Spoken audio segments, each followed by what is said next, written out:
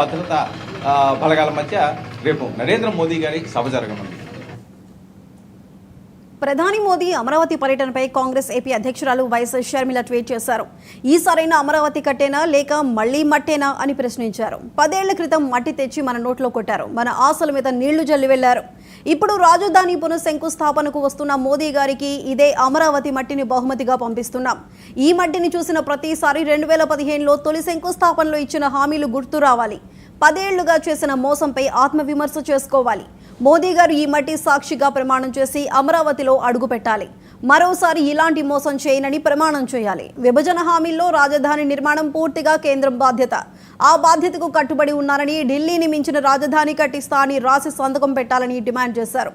అలాగే 10 ఏళ్లుగా అమలుకు నోచుకోని విభజన హామీలపై స్పష్టత ఇవ్వాలని ఆంధ్రప్రదేశ్ కాంగ్రెస్ పార్టీ పక్షాన ఆమె డిమాండ్ చేశారు.